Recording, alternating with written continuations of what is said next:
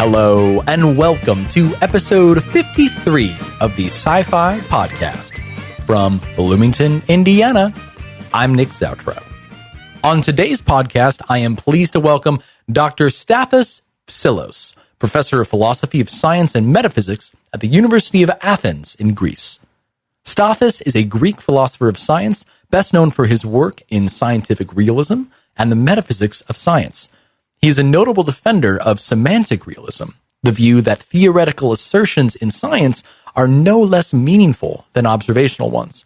And he's also a notable critic of both semantic anti-realism, the view that theoretical terms of past scientific theories in science often fail to refer to anything, as well as structural realism, the view that all aspects of reality are best understood in terms of empirical scientific constructs of entities and their relations, rather than in terms of concrete entities in themselves. Stathis is the author and editor of 8 books, 2 of which have been award-winning, and over 120 papers and reviews in learned journals and edited books, mainly on scientific realism, causation, explanation, and the history of philosophy of science. He has delivered more than 150 talks in seminars and conferences around the world, and in 2015, he was classified among the 91 most cited living philosophers with public Google Scholar pages. And thus, without further ado, let's bring in Stathis.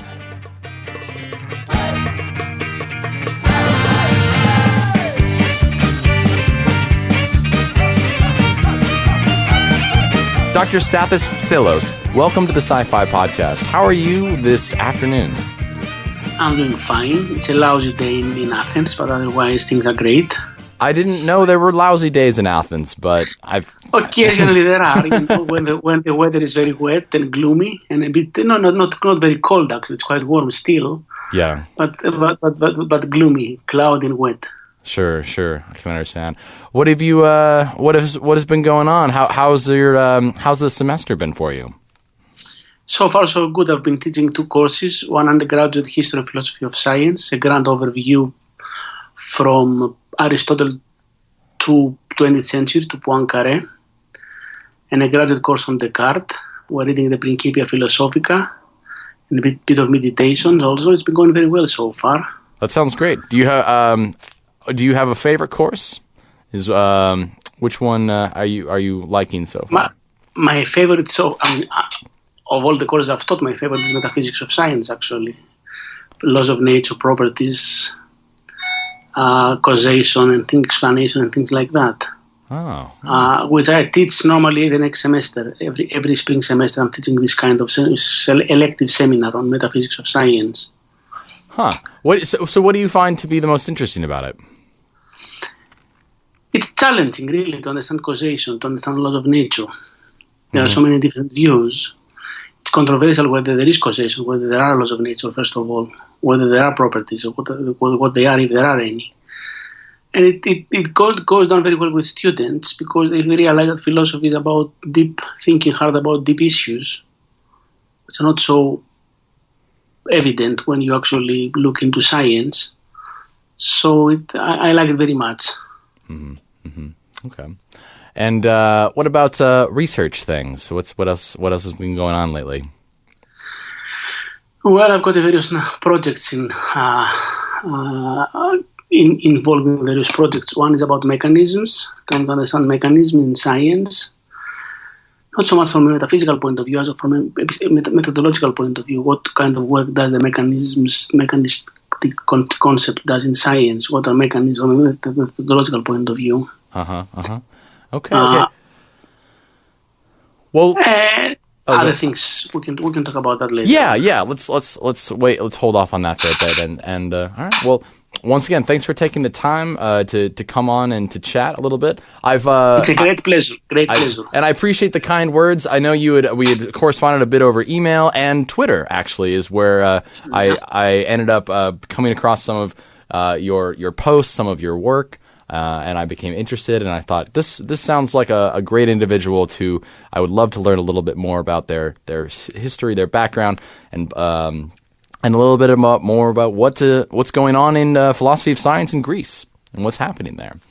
Okay. Yeah. So before we do that, let's take a step back and start back at the beginning. Stathis, tell us a little about where you grew up. I grew up in Athens, in a suburban area of Athens, in a family with modest means. My father was a barber, my mother was a tailor, a seamstress, really. They were not very educated persons. They went up to the elementary school only. But they wanted me to go to do a lot better than them, so they sponsored my studies. They supported me very much. And then I went to the university. I was the second in my family to go into the university, in my extended family to go into the university, actually. Mm-hmm. What were you interested what kinds of... Okay. What kinds of interests did you have growing up? Well, this was the late 70s, early 80s in Greece. Things were very political back then. Greece came out of the military junta regime in 1974. Mm-hmm. There was a huge student uprising in 1973 against the junta, and this marked me very much. So I was very politically active when I was growing up, acting for the left, basically. Yeah. And I was involved in various protests and demonstrations and things like that for the democratization of Greece. But then I got into reading very much, so I started to read novels, to read history, philosophy, political theory.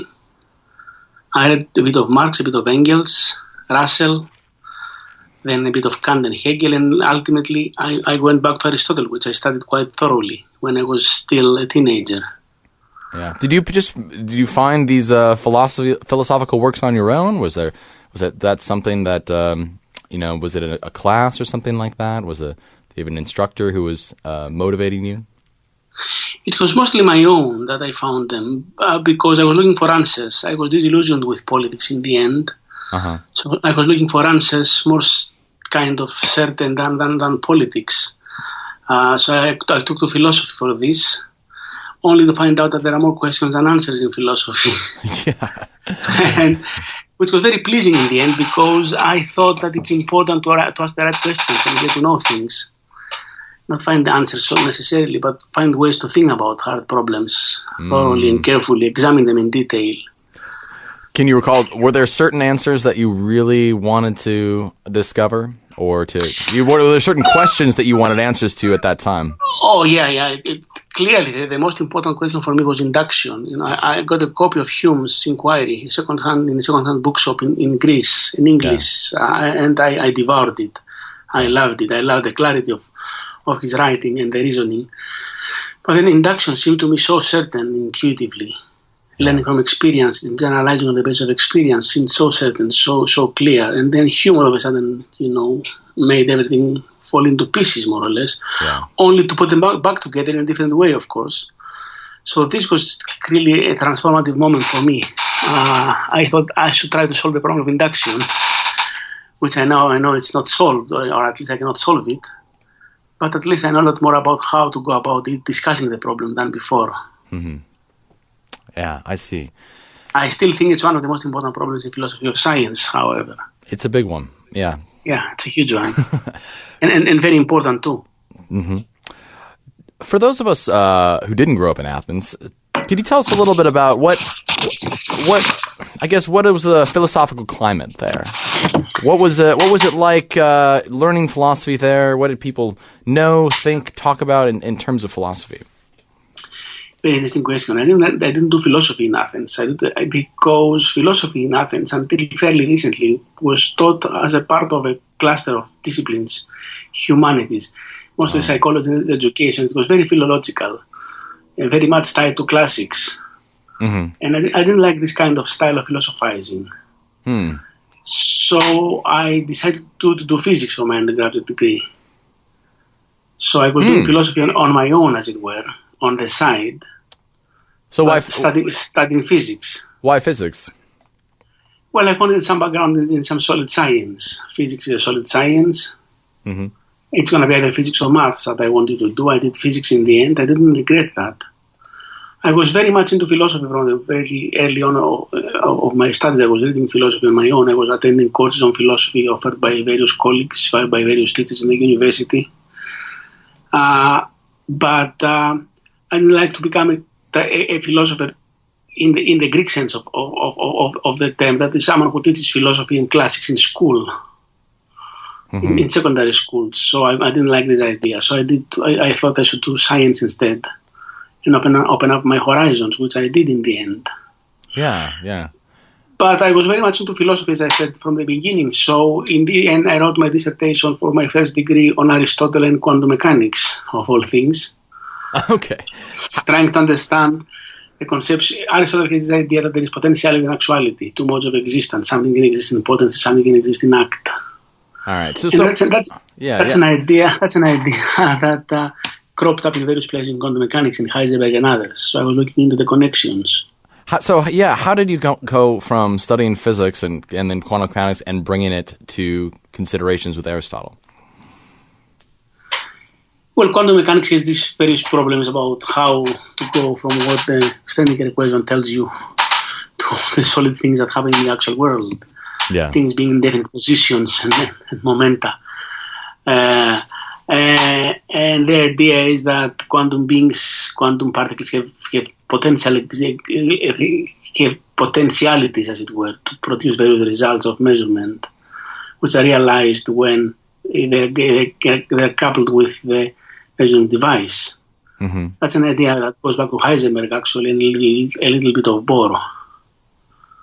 So I did that for my dissertation, but then I gave up on it because I became very much interested in scientific realism all of a sudden. And I dedicated the rest of my life to thinking about scientific realism instead of quantum mechanics. Uh-huh. And where were you? So we kind of jumped a little bit ahead. So we've come to. So where did you do most of your where mostly were you educated? In Greece, I was in the University of Patras, which is a provincial city of Greece, which is a very good science school. Mm-hmm. And then I was fortunate enough to get a scholarship from a state scholarship foundation to study philosophy in England. I couldn't have done it otherwise. So I sat national examinations and I got a scholarship. So I went to King's College London to do philosophy of science and philosophy generally. Yeah. So my graduate studies are in philosophy of science. My undergraduate are in physics. Mm-hmm. And who did you work with at King's? David Papineau. I was fortunate enough to have David as my supervisor. David was in Cambridge, and then he moved over to King's to become a professor there. So we started more or less together at King's. I was 1 year before him, doing an MSc first, and then I did a PhD with him. He was a wonderful supervisor, actually. I learned so much from him. Yeah. So could you maybe tell me a little bit about how your thinking related to philosophy of science kind of developed at that time? It sounds like you're already very fascinated with certain philosophical questions, but I guess, what happened at King's that made philosophy of science, something of keen interest? It was very extraordinary days back then because London was a very great place to do philosophy of science and philosophy in general. Mm-hmm. We had a partnership with the London School of Economics, so I was being taught for philosophy of probability by Howson and Erbach and Donald Gillis. I was taught philosophy of science by John Worrall and Elie Zahar and David Papineau. I was taught logic by Moshe Makover. It was a very exciting period to be in London. Lots of visitors, lots of seminars, lots of activities, lots of courses, spoiled for choice, really. Yeah. But I got it as a kind of an intellectual mission for myself to defend science's claim to truth. Somehow science is not made up, that it's in the truth business. That it offers us knowledge of the world. And so I wanted to do something on scientific realism from more or less right on when I started my dissertation back in 1990 or so. I was determined to do something on scientific realism. So what was going in terms of scientific realism, the thought that we can learn of knowledge about the world, that science is getting at something to describe the natural world. What were some of the philosophical thoughts at the time when you were studying? What were some of the positions? Were folks more against a realist conception? Were people sussing out different varieties of realism? What was going on? Well, it's a very interesting question because back then there was the pessimistic induction very much prominent. Loudon's paper was published in 1981. The history of science is full of theories which are successful but false. How can you believe in current theories being successful and true? So lots of interesting arguments have been produced against the pessimistic induction, but none of them looking into the specific details of scientific theories and past theories, abandoned theories, how they were abandoned, why they were abandoned, which bits were retained. And then across the street at the LSE, John Corral was developing structural realism back then as an argument against the pessimistic induction, that somehow as science grows, the scientific theories get the structure of the world right, as opposed to the content of the world, the nature of the things. Mm-hmm. So these were the two main arguments, the pessimistic induction and structural realism. But I wanted to defend the pessimistic induction with a more full-blown account of realism. So I never bought into the structural realist argument. But I was one of the first to take the position seriously and wrote my first paper on this back in 1994 against structural realism in defense of a more full-blown account of realism, as it were. Okay. So what were your main issues with structural realism? I couldn't see how you can distinguish between the nature of an entity and its structure, or the nature of what the theory says about the world in terms of entities and in terms of the structure. I thought that once you put an argument for realism, it goes all the way up to the entities that the theory posits, or some of them, at least those that do some work in the theory. Mm-hmm. So the structural realism wants to restrict the epistemic worth of the theory to its structural content only, to its mathematical expressions, mathematical equations, and I couldn't see how you can get anything out of this substantial about the world. Mm-hmm. Okay. Fair enough. And so you mentioned that you had ditched your earlier PhD thesis.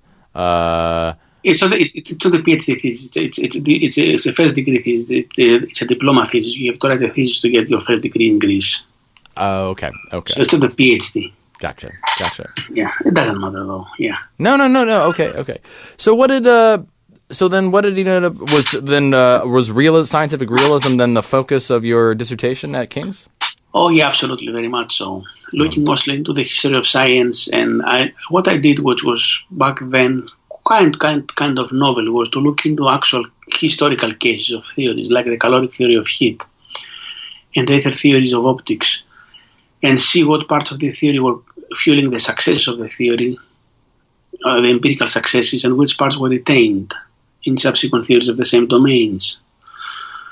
So I developed the so-called divided timber strategy, or divide and rule, divide and conquer strategy, which says that we should look into those parts of the theory that played an essential role in the success of the theory, mm-hmm. and see whether these parts were retained in subsequent theories. So this became a standard line of response. At that time, the same view was developed independently by Philip Kitcher, actually, who published his book Advancement of Science in 1993 as when I was finishing my dissertation. So it became a prominent line of defense of realism, the selective realist position, as is known now. The selective realist, you say? Yeah, selective realism, yes. Okay. Yeah, realist about selected parts and bits and pieces of the theory, basically, those that actually do some work in generating the success of the theory. Mm-hmm. So I guess what was it about the debates concerning realism that really you found just fascinating? I was fascinated with Van Frassen's constructive empiricism, which was a very, very, very new position back then. He developed it in the early 80s. How you can be an empiricist and an anti-realist, that is. I was fascinated by the pessimistic induction because it's a solid argument against realism, so it needs a thorough defense. Really needs a thorough defense against it. I was also fascinated by the explanation in defense of realism, the no miracles argument, that somehow realism is the best explanation of the success of science, which is a slogan. It's not an argument in itself, but made popular by Putnam in the late 60s. But there are very many issues about IB, if it's the best explanation, as a mode of inference, which I try to defend in my dissertation. Mm-hmm. So that's roughly the three major problems that were fascinating back then. Okay. All right. And so So did you feel that were you happy with the dissertation? I was very happy with it. It was examined by Newton Smith and John Worrall. They had a few concerns, but very minor ones. I was quite happy. I thought I did a serious job to defend scientific realism. It was kind of novel. I had 2 publications out of the dissertation, one before and another right after my dissertation. Definitely success, I would say. So by the standards back then, it was quite successful. Excellent. And it landed me with a job after that. Oh, really? What was your first job? It was a postdoctoral fellowship at the London School of Economics, sponsored by the British Academy. It was on a competitive basis again. I got it to study abduction, if there's the best explanation. Philosophical and computational models of abduction. So I literally moved over the street from King's to the LSE. Yeah. And stayed there for 3 years. Wow. Were you happy? What was it? What was it like at the LSE? It was very exciting because it was a transitory period for the LSE, from the Lakatosian heritage to the Cartwrightian heritage. So Nancy Cartwright had been appointed a professor back then at the LSE in 1990, I think, or shortly after 1990, and she changed the way things were done at the LSE very much. The Lakatosian tradition. Imre Lakatos was a big professor at the LSE, and then he died, and then all of the faculty there were Lakatosians. Eli Zahar, John Worrall, Colin Howson, Peter Erbach, and many others. So I was living a huge conceptual shift from a global aspect, from thinking about science globally in terms of big schemes like Lakatos's MSRP methodology of scientific research programs, to more concrete issues about issues in the sciences themselves, like Cartwright was focusing at the moment. So what at this time, what particular questions were you interested in? I was trying to understand abduction. Abduction is a mode of inference, apparently, where you go from what you observe to the best explanation of what you observe. It's logically invalid, but it's important in the history of science. Sure. So for those of us who might not be philosophers of science, and if you say something like, I'm trying to understand abduction, so what are your research questions? And then what are you trying to do if you want to understand something like this? You try to model it, first of all, mathematically, conceptually, logically. And I was fortunate enough to be able to look into various computational models, because abduction became a serious concern within computer science in the late 80s, early 90s. So computer scientists were developing models to implement abductive reasoning. So an issue is this, how to implement abductive reasoning in practice, in databases and things like that. How to extract conclusions that is based on explanatory considerations from data. I didn't know this was going on, actually. Yeah, this was a huge, still is, but back then it was a huge issue, especially in London, England, with Bob Kowalski at Imperial College and his group. Abductive reasoning was a hot item. Yeah. But there are philosophical issues, how to conceptualize abduction, why explanation matters to truth, under what circumstances it matters to truth. What explanation has to do with probability, if anything, abduction and Bayesianism. Can there be a Bayesian model of abduction and things like that? So these were issues that I was looking into in detail. Yeah. And they helped me. I produced a couple of papers on this. But it's the backbone of my defense of scientific realism. This abductive defense of realism is really what I've been, in quotation, known about. Yeah, you've mentioned that scientific realism has ultimately been kind of like a through line in your research. Could you maybe we could discuss a couple, at this point, a couple research papers that you found to be, I guess, like very telling in your own career, or mind expanding, for lack of better terms. What was it that you found or worked on that really changed the way you thought about philosophy and philosophy of science? Well, for contemporary papers, then it was the work of Richard Boyd, was really hugely influential for me. Richard Boyd, the Cornell philosopher, advocate of realism, student of Putnam's, was defending scientific realism from a principled point of view as the best explanation of the success of science. And all of his papers that I was reading very, very carefully were really influential for me. On the other side, it was Van Frassen and Larry Laudan, the rivals of realism.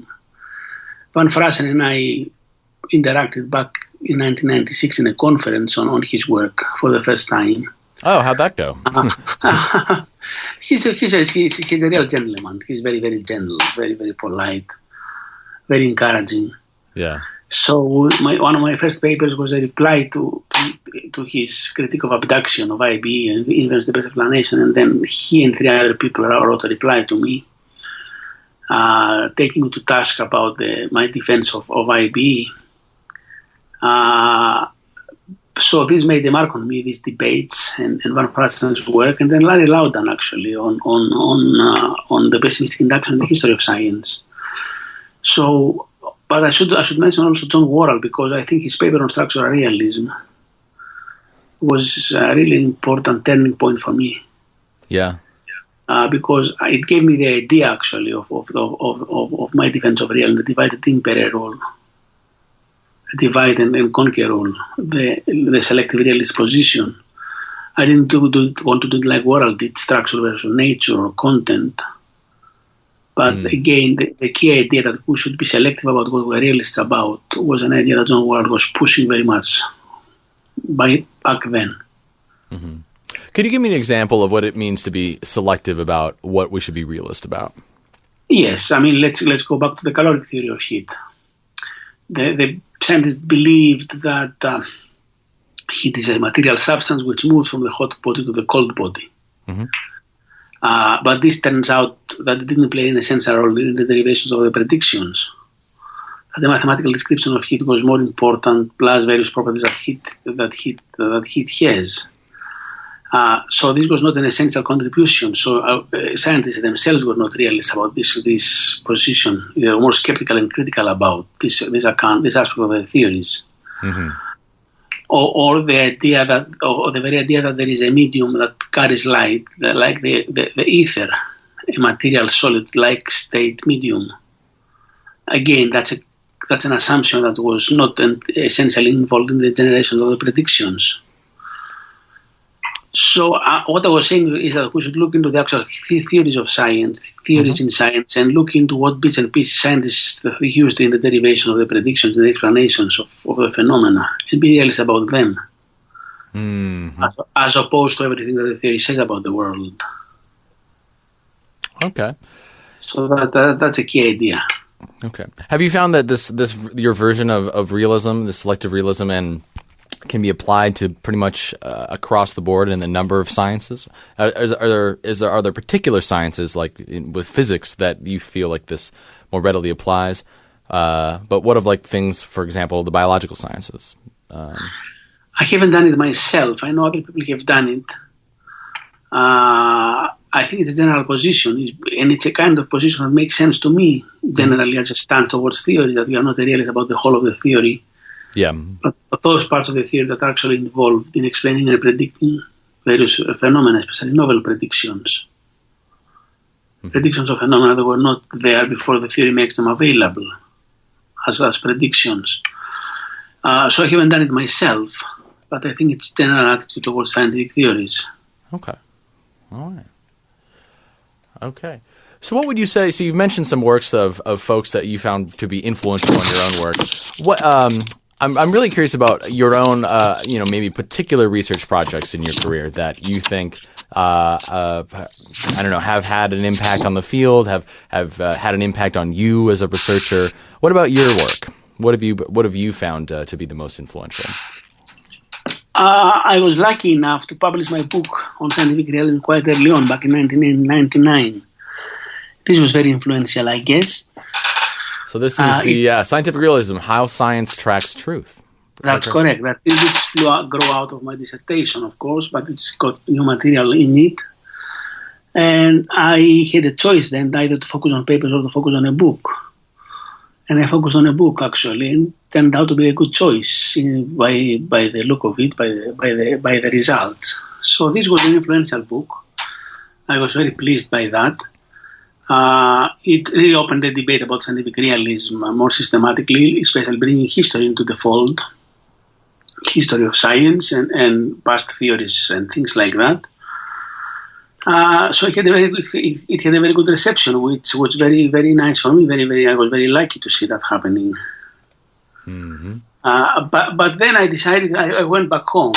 I got an offer from Greece, so I went back home, and things in Greece were not so good anyway. Oh, yeah? So, I mean, there was no huge research tradition in Greece. There was no, people didn't publish, didn't produce books in English and things like that. So I thought I should do something from scratch in Greece to prove to myself that I can be productive.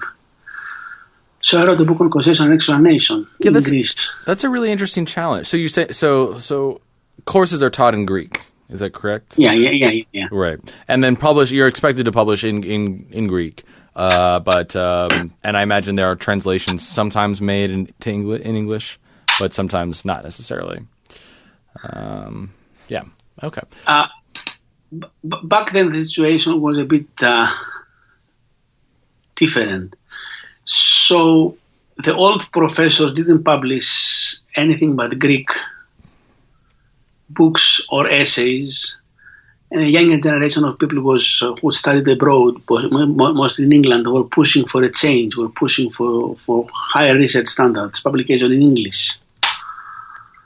So I was called to order by some of my colleagues for not publishing too much in Greek, but I'm publishing in English. Mm-hmm. But things start to change mostly because of the younger generation of philosophers, including myself, who insisted on good, serious publications in English, in serious international journals, that is.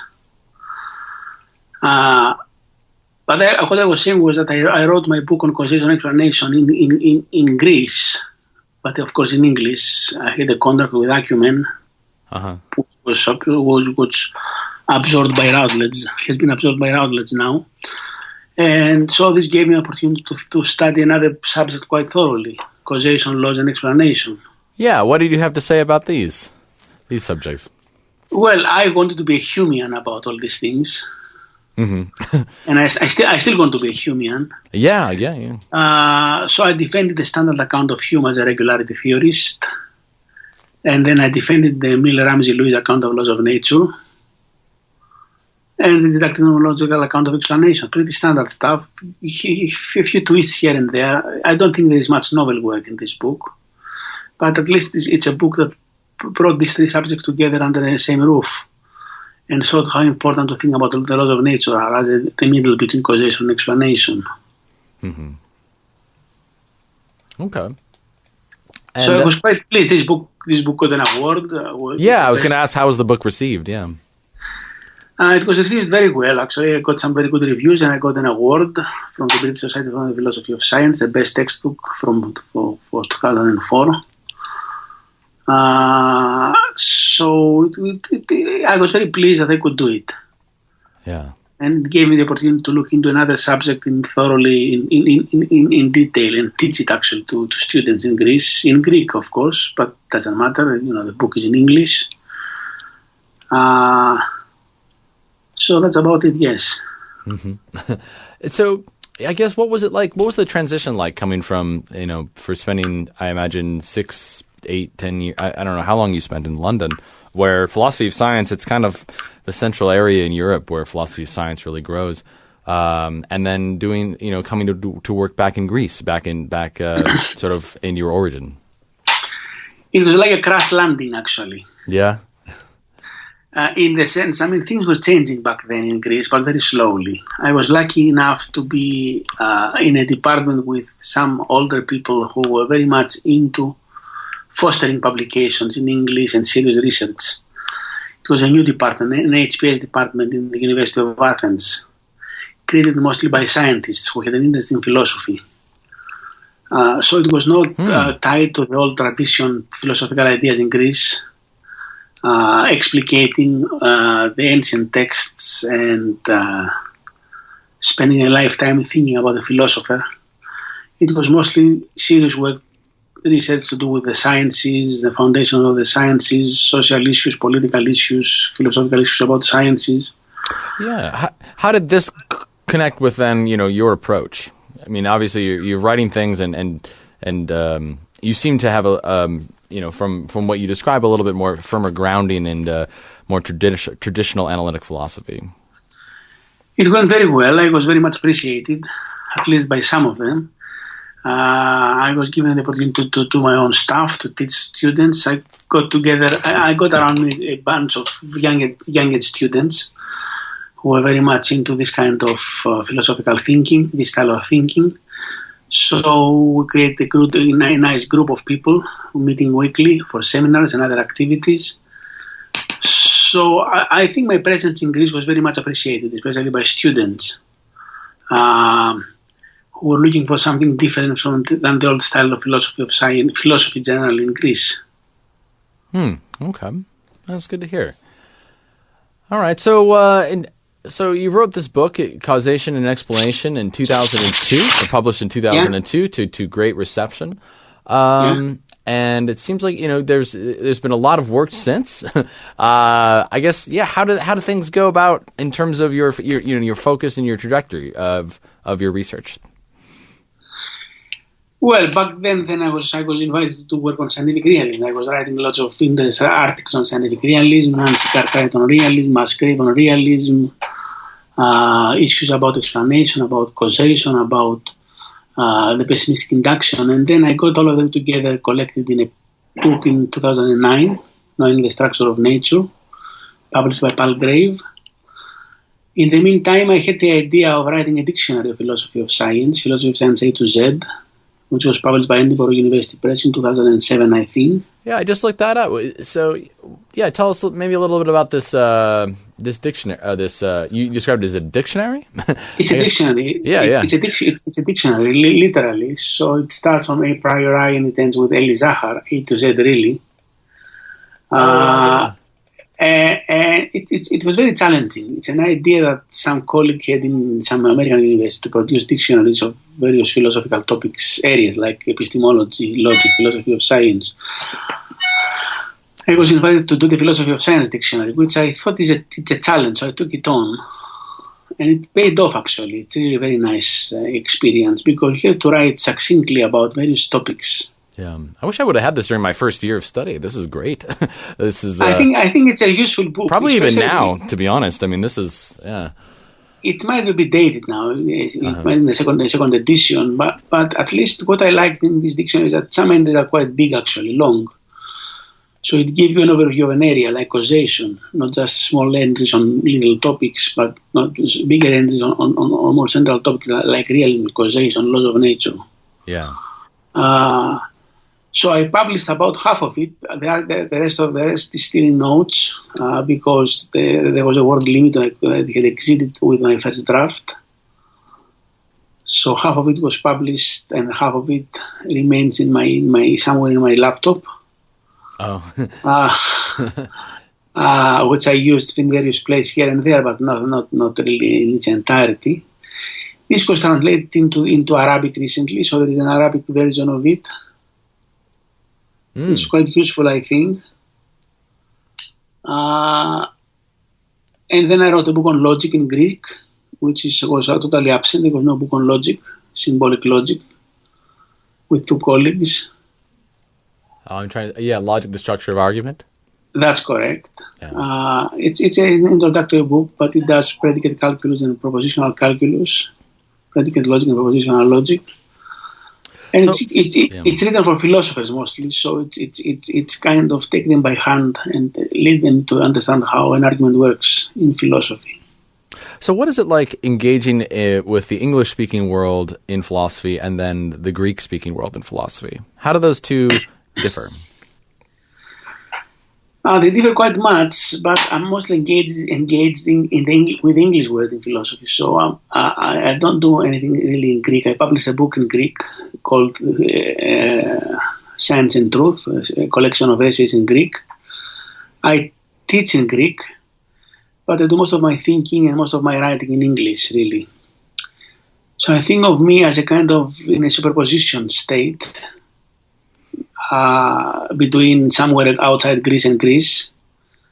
Having my being towards outside Greece, but living in Greece. And I think that's appreciated, especially by students who realize that you don't have to be too provincial nowadays. You don't have to be. You can be at the center of research internationally and live in a country which is a peripheral country, more or less. Mm-hmm. So this makes people think that this can be done, and acts to support their will and effort to do it themselves also. Fair enough. So a number of great works, a number of great topics. Why don't you tell us? Take the next little bit to tell us of what's been going on recently with your work. What kinds of questions or research pursuits have you been up to? Well, I've taken a historical turn, actually. I'm very much into history, philosophy of science lately. I developed an interest in history because I felt that I didn't know enough of the history of the concepts we've been dealing with, the depth of the debates that we've been discussing the last 20 or so years. So I've been doing a lot of work on laws of nature, especially historical work, on how the concept of laws of nature arose in the 17th century. Because before then it was not clear, at least I think the idea that nature is governed by laws was not popular at all, was not on the table, actually.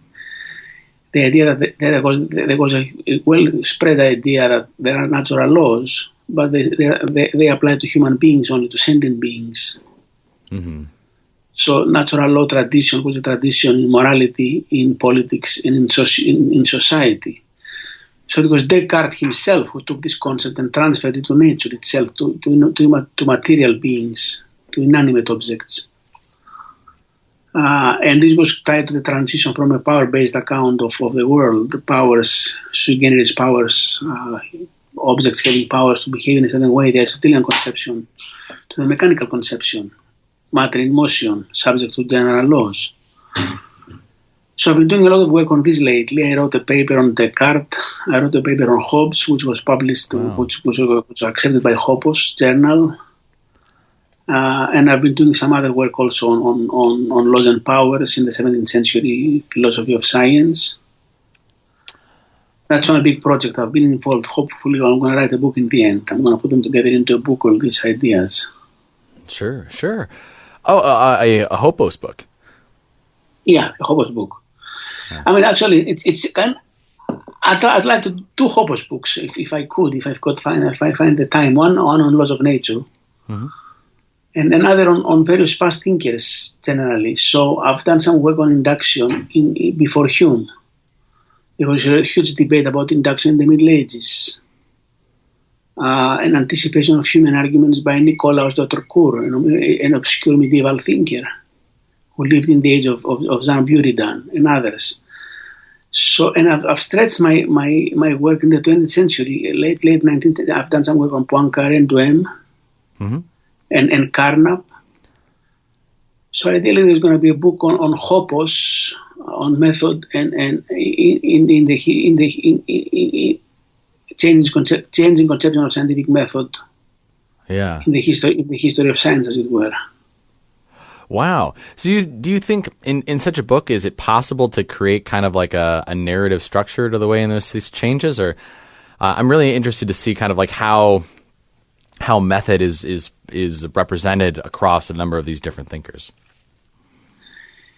There is a huge problem that has been debated from Aristotle on. How do we arrive at the general first principles of science, what came to be known as laws, which Aristotle called principles? Mm-hmm. Aristotle thought that somehow we cannot get them independently of experience, we cannot prove them by other principles because there could be a regress. So experience should be the basis of these principles. And he called the method epagogy, induction. And there's a continuous use of the terminology and a continuous discussion of the problem of induction ever since. Sextus Empiricus, the skeptic philosopher, dismisses induction because it totters, he says, it's unstable. But then the commentators of Aristotle and the medieval thinkers think about induction all the time, and ways to justify moving from the particular to the general. Yeah. And then Descartes says there is no place for induction in his philosophy at all, because all is done by the mind a priori. And Newton comes along and says, look, there is ways we can accommodate induction into our methodology. So there is a continuous thinking of induction, about induction, throughout the centuries. Uninterrupted thinking. It's not the same concept, but it's the same idea, more or less.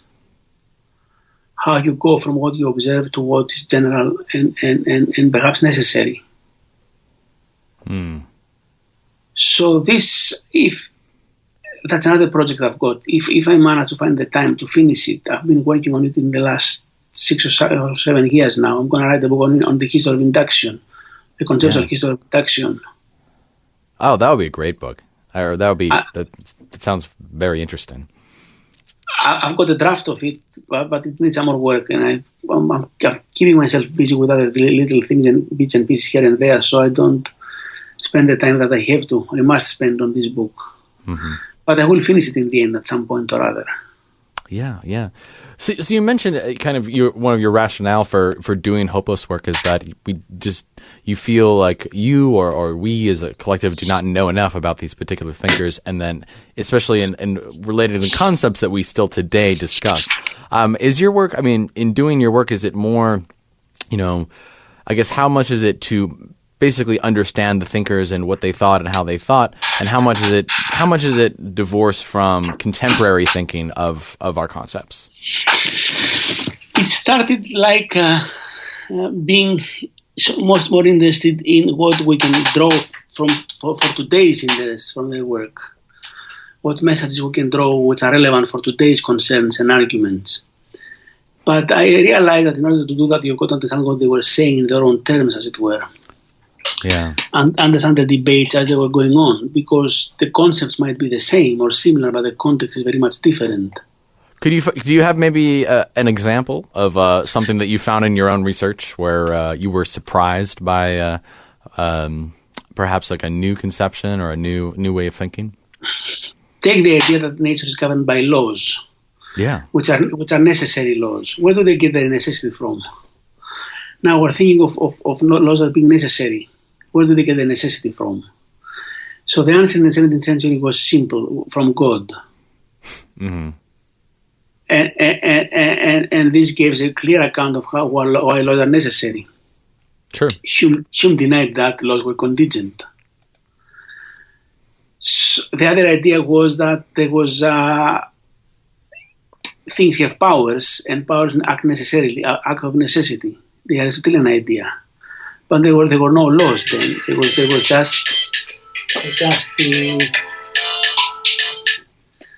just the powers. Now all this debate comes back with a vengeance, as it were. Now we've got conceptions of laws which think of laws as being grounded in powers, near Aristotelianism. And really there are no laws in nature in this sense, there are just the powers, and laws at most flow out of the powers. We've got the primitivist, there is no God, but somehow laws are necessarily true in a primitive way. We've got Humeans, we've got those who think that laws are contingent. And the question is, how can we learn from the old debates points and arguments that are relevant to current debates? Mm-hmm. Yeah, how can we? That's a tough one. It's a tough one, but it's the same problem. It's the same problem, and that's why I think history is really important, because the arguments that the moderns used against Aristotelian powers are relevant to today's concerns about powers. How can they be unmanifested? Yeah. What it is for them to cause something to happen? Yeah. That's roughly the landscape. Fantastic. So I imagine is the history of philosophy of science work kind of the main drive for the next foreseeable future? I guess so. I've got a research project also on contemporary conceptions of laws of nature and powers.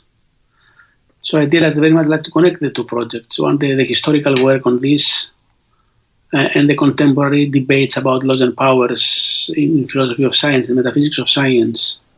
But these are the two major concerns that I've got for the foreseeable future, actually. Okay, fantastic. So why don't we get to one of our final questions of the interview, which has to do with the challenges facing philosophy of science. So Stathis, what do you take to be one or some of the greatest challenges facing philosophy of science today? I've thought of this question very hard, and I think I have to be blunt in my answer. I think the major challenge is for philosophy of science to retain its autonomy. To be an independent philosophical discipline which deals with science, as opposed to being something that serves the sciences. I think philosophy of science should not be lost into the details of various theories, but look into the broader picture, the scientific image of the world and how it hangs together. So I'm afraid that a lot of work that has been done lately, which is very interesting, misses the overall agenda, the general questions about science, its importance, its value, its relation to knowledge, the image of the world that scientific theories paint, and some of the work, not very much, of course, but some of the work slides to enlightened scientific journalism. I'd very much like to see more philosophical work being done by philosophers of science. Yeah, I really like how you carve that out. I suppose, well, a consequence for doing work that is in service of science is eventually the case of, well, is there an issue? Is there something that you're doing that? Got a phone. Yeah. What is it that you're doing that really? What is it that you do here? Basically, is the question that scientists are going to ask, that everyone is going to ask, and it sounds like you're saying something along the lines that we need to have a very distinguished purpose in our work, is that correct? At least some of us, maybe not all of us, but some of us are distinguished persons and distinguished agenda. Something that views science as a whole. Its place in our epistemological endeavors, its claim to knowledge, how problems like reduction or emergence or scientific realism, or causation or laws, or which are general questions that concern that are about science as a whole, not about scientific theories in particular. Fair enough. So how?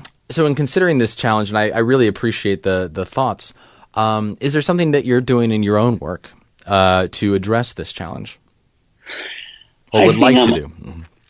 Look, I think I'm still under the holdouts. Those old guys now, or older guys, who still try to do some general stuff, some general work on the philosophy of science.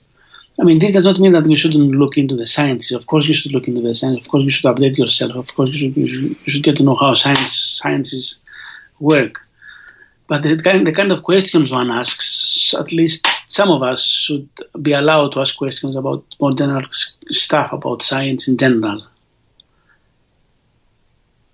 about laws of nature, about causation, about explanation, about scientific realism, about values in science and things like that. So what do you think? So if you're to convince a scientist or convince a philosopher or a general educated listener, we need to get a better picture here. What would you say? What are the big reasons? We know the negative of that. Science journalism is, not necessarily fruit, or a lot of the work that's done is science journalism. And while science journalism is great for reporting and understanding certain things, it's maybe not doing philosophy of science in the way we want to do it. So what is it about seeing the better picture that is, as many have said, will be either is important or valued?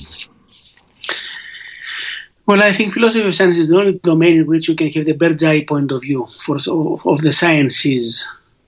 Instead of doing physics or biology or geology or chemistry or sociology or whatever, you treat science as an enterprise which is developed by humans and aiming to get to know the world. So if this is not done in philosophy of science, it's not going to be done, period. I yeah.